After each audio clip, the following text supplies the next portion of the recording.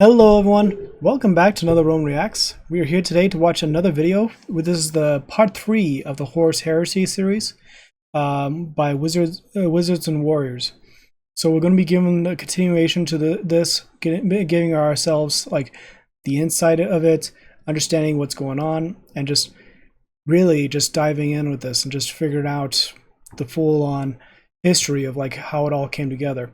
I know I've done other videos in the past with another guy who's done it as well, but at the same time, it's always good to get more perspectives from different groups and get their thoughts and opinions on it. So without further ado, let's just dive on in, shall we? All right, so Horus Falls, Warhammer 40k lore. What we finished off just last was, from what we know, Lorgar had his creme de la creme, his piece de resistance, his magnum opus, destroyed by the Emperor because the Emperor, along with the Ultramarines, came in, destroyed this huge city / temple sort of thing that Lorgar had dedicated to the Emperor, despite the fact that the Emperor did not want this. And then Erebus came in, and Erebus being Erebus, he basically became the first to fall to chaos, but not realizing it until much later. And after that, we got into this this big battle between Horus and this planet they were about to conquer, and then like they kept hearing a name, Samus, which I'm guessing is the name of a demon. But yeah, that's where we left off, and I think that's where we left off, and we're going to be diving on in. And Gabriel Loken was the one who survived near the end and was able to inform Horus about what's going on. But anyway, let's just dive on in.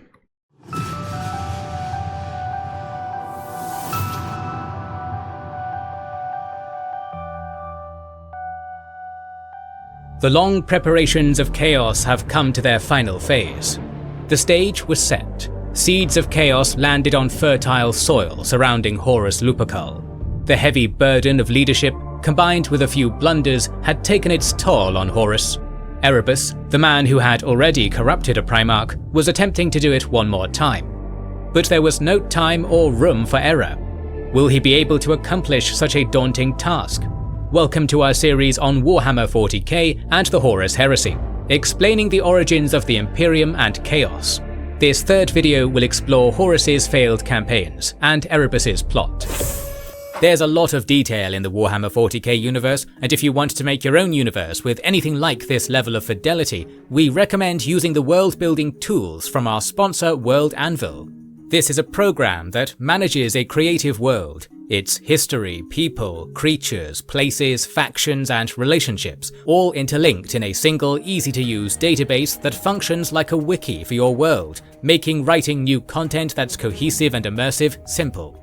Once you have your world fleshed out, use World Anvil to help you adventure there. You can update the state of the lore through World Anvil to track the progress of a Dungeons & Dragons campaign, or loads of other tabletop rule sets too.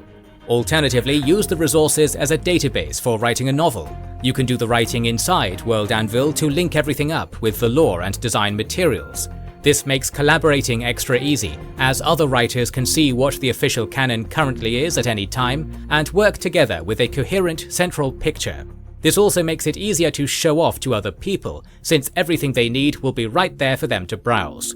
You can check out World Anvil via our link in the description. If you use our code WIZARDS, they'll give you 40% off all recurring memberships, so support our channel and your imagination by taking a look. While the campaign on 6319 was reaching its end, Horus's fleet received a distress signal from the planet 14020.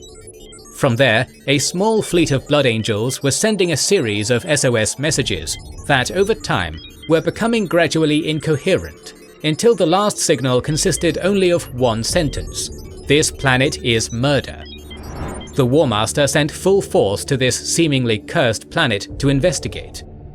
Yet Horus wasn't the only one who decided to answer this call for help. Many other fleets from across different legions set out to this star system. The first ones to arrive were the Emperor's children, under the command of the Lord Commander Eidolon. When he arrived, the situation was looking grim. Planet 14020, now nicknamed Murder, was covered in a severe storm that blocked almost all communication and didn't allow anything to land except drop pods, and prevented the deployment of anything other than infantry. Lord Commander Eidolon, after hearing that Horus's fleet was only days away from arriving, decided to send all of his space marines to the surface, repeating the blunder of the Blood Angels. Scattered in the atmosphere, small groups of the Astartes landed in a thick, foggy forest of trees similar to bamboo. Disoriented and lost, they were ambushed by the local species, the Megarachnids. These insects were extremely fast, and their armored carapace could withstand bolter fire. Every skirmish with these spiders, each lasting only a few seconds, ended with some Space Marine casualties. The largest surviving group was under the command of Captain Saul Tarvitz, a stalwart and principled commander, and Captain Lucius, an extraordinary fencer. Eventually, they uncovered the fate of the Blood Angels, whose bodies were impaled on giant white trees. Saul Tarvitz decided that letting the Space Marines rot up there would be a grim indignity, and thus used all of the company's explosives to destroy those trees. However, this act of honor had unforeseen consequences. These trees were producing the storms in the atmosphere. With it gone, the newly arrived lunar wolves dropped to the surface to save their fellow Astartes. Over the next 6 months, several fleets arrived, most notably the Blood Angel fleet under the command of the Primarch Sanguinus, and Wordbearer's fleet under the command of the first Chaplain Erebus. During this bloody and lengthy campaign, the Megarachnids continued to show up in force, this time with more powerful and larger subspecies, the scariest ones capable of cutting deep into Titan's armor. Throughout the brutality, one mystery remained. In orbit of Murder, a Xeno satellite was constantly sending indecipherable melodic messages. Until one day, 3 enormous spaceships, larger than any Imperial vessel, exited the warp. As it turned out, they were Interrex, a human race that achieved harmony with alien species. Several years ago, they defeated the Megarachnids and took away their space-traveling technology. They were the ones who left this enigmatic message, a warning not to enter this planet. Wait a minute. Sorry. Until one day, 3 enormous spaceships, larger than any Imperial vessel, exited the warp. As it turned out, they were Interrex, a human race that achieved harmony with alien species. Several years ago, they defeated the Megarachnids and took away their space-traveling technology. They were the ones who left this enigmatic message, a warning not to enter this planet. The Interrex differed a lot from the Imperium in that they were much more peaceful. They sought collaboration with other civilizations, even Xenos, and their technology was more advanced. While most of the Imperials were eager to destroy this civilization, Horus wanted to integrate them into the Imperium, because of the recent events on 6319, where human civilization was destroyed. Not wanting for that to happen again, he tried his best to persuade the Interrex into joining the Empire. The 2 factions sat down for negotiations on the planet of Zenobia, but soon, the talks were becoming unreasonably lengthy. Interrex, for some reason, were very cautious around the Imperials. During the key talks in the residence of the planet Gubernator, it was revealed that Interrex were afraid that the Imperium was serving chaos. Unfortunately, this revelation came too late. Erebus, unknowingly to everyone, had stolen Anathema, the Chaos Sword, from the Museum of Warfare. The Imperium was branded as a force of chaos, and war broke out. After destroying Interrex forces, Bloody Erebus. No matter what you do, no matter what you say, he is a dick. Just completely ruining everyone and everything he touches and goes to. On Zenobia, Horus deemed that they were no longer any threat, and left them to exist in their corner of the galaxy until some other Imperial fleet would arrive there in an undisclosed future. After spending almost a year in the field, the War Master was overwhelmed with the amount of requests for his help. It seemed like his brothers were trying to challenge his authority by proving that he was unworthy of such a title, while officials bombarded him with administrative requests, mostly regarding taxation. Horus could not understand why taxes had to be collected so soon, as it would certainly spark rebellions. However, one of these requests sounded reasonable. Erebus, who helped him in recent campaigns, wanted help for a week-long campaign on the Davin system. On the way, Horus became increasingly gloomy.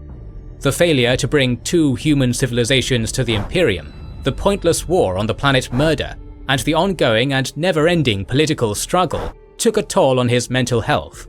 Consequently, he distanced himself from the Mournival in favor of Erebus. On arrival at Davin, it was revealed that this imperial world had rebelled against the authority of the Empire.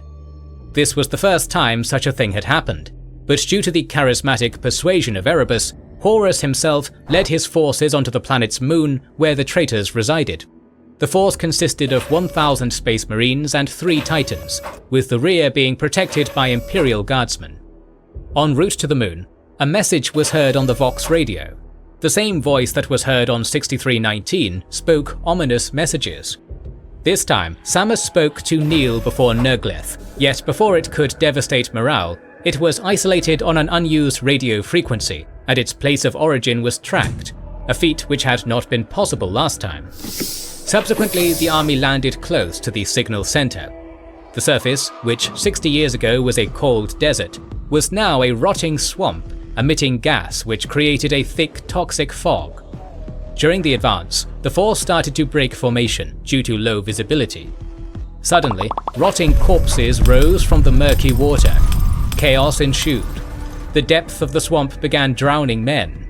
All cohesion was lost. The Titans couldn't do anything until one of them spotted an unidentified flying vessel and decided to shoot it down. This was friendly fire, as the ship belonged to civilians who wanted to see the battle, but the burning wreck served as a lighthouse amidst the treacherous swampy fog.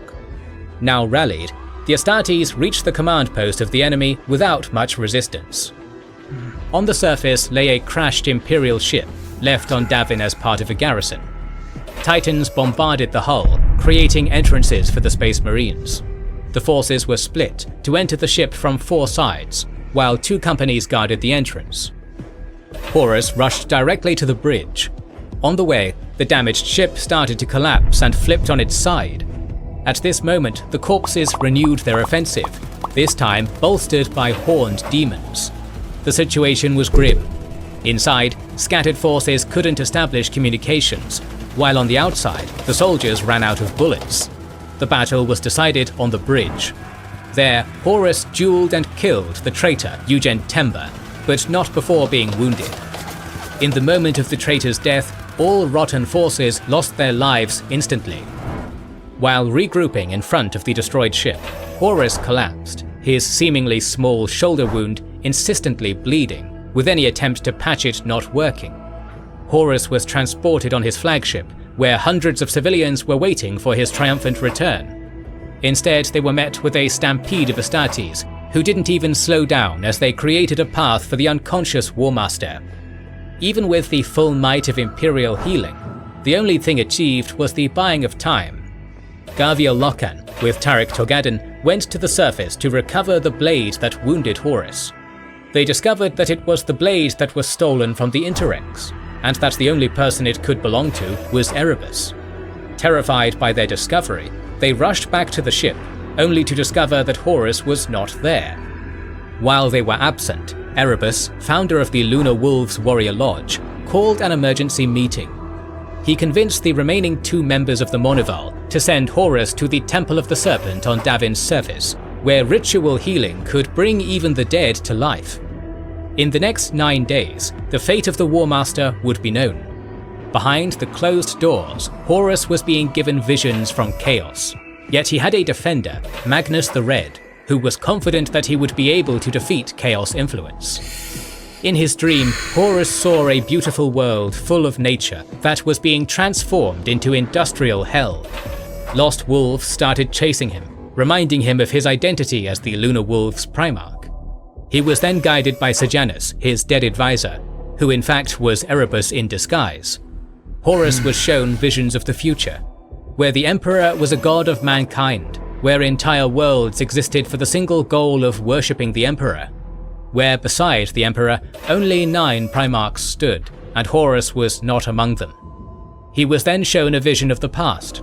On Terra, deep inside the Emperor's laboratory, he saw the moment of the scattering of the Primarchs. Yet in the vision, the Emperor caught the infants prior to their abduction and then decided to let them go, dooming them to a hellish life. After this vision, Magnus caught up. Using sorcery, he dispelled the illusion of Erebus and begged Horus not to let the temptations reach his heart. Horus was torn. By using sorcery, Magnus had broken the Edict of Nicaea, but Erebus was no better, duplicitously hiding himself behind the illusion. Neither man's advice could be trusted. Ultimately, Horus decided to stand against the Emperor, to lead a rebellion against the changes that were happening in the Imperium. Magnus, now knowing that Horus was truly lost, could not allow his rebellion to grow. He decided that the Emperor must be warned. For him, this information couldn't wait, so he prepared the strongest warp message he could create, sending a projection of his mind alongside it to break all obstacles Chaos would surely throw on his way to Terra. The signal was so strong that the Chaos gods decided to remove all obstacles in its way. With full force, it reached Terra, breaching the defenses that the Emperor had set up. It tore a hole in a fragile construction of the secret project of the Emperor. Demons could now freely enter Terra directly from the warp, without need of possession or summoning rituals. Thousands of them invaded Terra through this hole. Millions died before Terra was cleansed. The Emperor had to sit on the Golden Throne, a contraption that allowed him to control his project to close the gap. If he rose from the throne, the hole would open again. Thus, the Overlord of Humanity became chained to his seat, not allowing him to participate in the upcoming conflict. The Emperor was enraged at Magnus, who destroyed key infrastructure, let in demons on Terra, and disregarded his pledge to never use powers of the warp again. The Legion of Space Wolves, under the command of the Primarch Leman Russ, was dispatched to punish Magnus. Realizing what he had done, Magnus decided to passively await the coming punishment from the Emperor. In the end, warnings that he had completely disregarded were true. He ordered his fleet to disperse and leave his homeworld, Prospero. When his legion was on the planet, he cut his planet from all communications with the outside, including methods that used sorcery. While on the way to punish Magnus, Leman Russ received help from Horus, who gave him 5,000 Astartes and a message saying that Magnus wouldn't surrender. This convinced the Space Wolves to prepare for the assault. On arrival, Leman Russ decided to give one last chance to the Thousand Sons. He sent a messenger to treat with his foes, yet the person he chose was a Chaos agent and did not deliver the message. After receiving no response, orbital bombardment started. This resulted in genocide, for the population of the world was slaughtered, along with most of the Legion. Only one key city remained, the capital Tizca, that was shielded by sorcerers. Despite it all, Magnus was still ordering his soldiers to stand down and accept the punishment, but his forces didn't want to die. 10,000 Thousand Sons, hundreds of whom were Psykers, and 3 Titans, prepared to make a final stand. The landing force, led directly by Leman Russ, consisted of 73,000 Space Wolves, 5,000 Sons of Horus, 40,000 Imperial Guardsmen, and 12 Titans. They were supported by 3,000 Sisters of Silence, the anti-psychic warriors, and 1,000 Adeptus Custodes, personal guards of the Emperor. That's a lot. As soon as they landed, the massacre started. Civilians were shot on sight, buildings were burned. Seeing this brutality, the civilians started forming a militia. Despite their numbers reaching hundreds of thousands, their military value against attacking Space Marines was marginal. The defenders started digging themselves into destroyed buildings, upon seeing that the custodians instantly attacked to prevent a drawn-out city battle. Despite their incredible martial prowess, they were vulnerable to psychic attacks. Suffering losses, they maintained pressure until the Sisters of Silence arrived, disabling sorcery, forcing the Thousand Sons to retreat.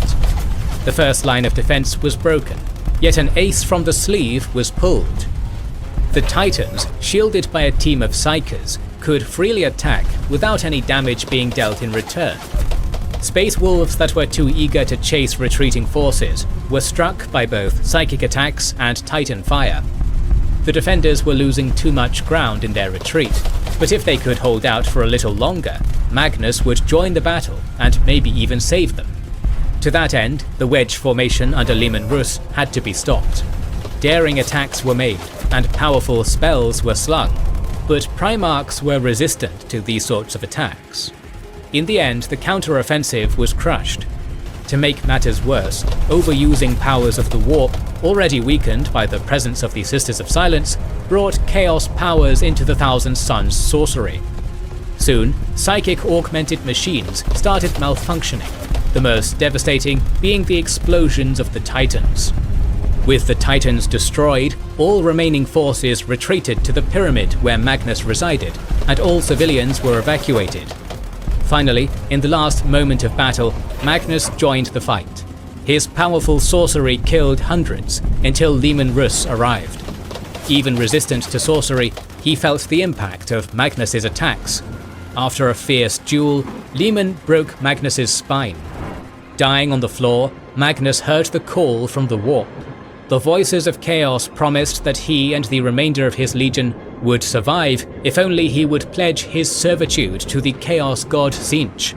Magnus agreed, saving just over 1,000 Space Marines, mostly sorcerers. This event, known as the Burning of Prospero, was one of the greatest misunderstandings in the history of the Imperium. An entire planet was executed, and 60,000 Thousand Suns died, with the rest joining Chaos. All of it started with Horus's fall to Chaos. Misunderstandings and the machinations of Chaos had already corrupted 3 Primarchs. How many more would fall? Find out in our next episode. Our series on the Warhammer 40k Horus Heresy will continue, so make sure you are subscribed and have pressed the bell button to see it. Please consider liking, commenting and sharing, it helps immensely. Our videos would be impossible without our kind patrons and YouTube channel members, whose ranks you can join via the links in the description to know our schedule, get early access to our videos, access our Discord, and much more. This is the Wizards and Warriors channel, and we will catch you on the next one. Oh gosh. The amount of stuff that had happened and that caused so much distrust, trickery, and malicious, just complete messing with your head, basically. It's just with there's a lot of things that Horus was dealing with. He was trying to manage all these things. It was taking a toll on him, but he still continued to trudge on. And then Erebus, being Erebus, he basically tricked him into attacking the Interrex. And the Interrex, I have no idea if the Interrex even exists. I know they had, from what I understand, there was a small empire, and they probably had, when their capital fell, many scattered to the stars, and who knows if they're still, even to this day, exist. It would be cool to see if they make a comeback or something like that in some small way, but that's just me. And then the mega arachnids are really scary on the planet Murder. I'm not sure if those guys will make a return in the return of Murder, like modern day 40k, and everyone's going to the planet because of some major thing, and then and it's surprise, and mega arachnids are everywhere, and you gotta survive. That's just nuts right there. But going back to it's such a tragedy how Horus gets wounded by the anathema wielded by actually a friend that he once trusted, and he fell to chaos by Nurgle, and he ended up having the visions in that temple by Erebus, Targaryen, and Loken. I think they tried to attempt to reach him and break the stuff to free Horus. Like, I'm guessing, my guess is that Horus, the wound on his shoulder was like it was real, or something to make it look like it's real. And Erebus used this to fool everyone. And then Magnus, I feel bad for the guy because, like, I know yes, I understand he fell to chaos and his story is tragic, but at the same time, he wanted to warn his father and wanted to redeem himself in some small way. And his actions caused a rift to open up in the underneath the palace, or in the palace, I could say. And so the project for the emperor wanted to create so much was halted indefinitely, and he had to sit on the throne. And then just Lehman Russ and his wolves going in to deal with the Thousand Sons to just punish them, but at the same time he was trying his best to, like, I'm going to give you this chance, please surrender.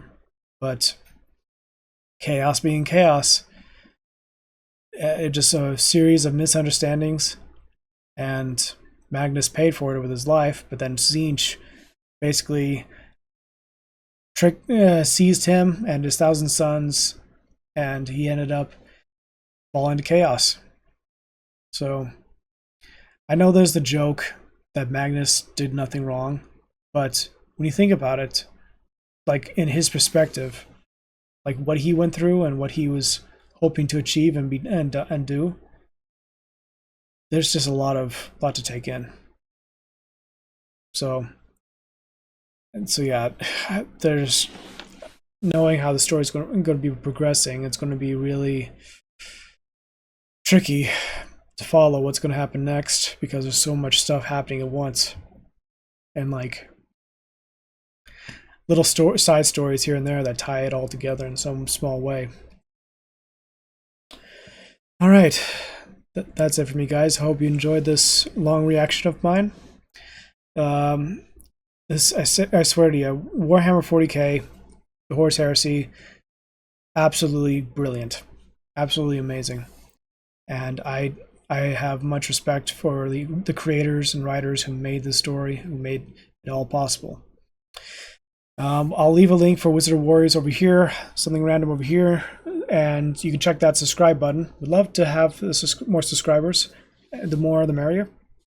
And in the description will be the original video. So thank you all for watching. Thank you all for coming by. Leave a comment if there's something that stood out to you. I'll see you in the next one. Romans, salute.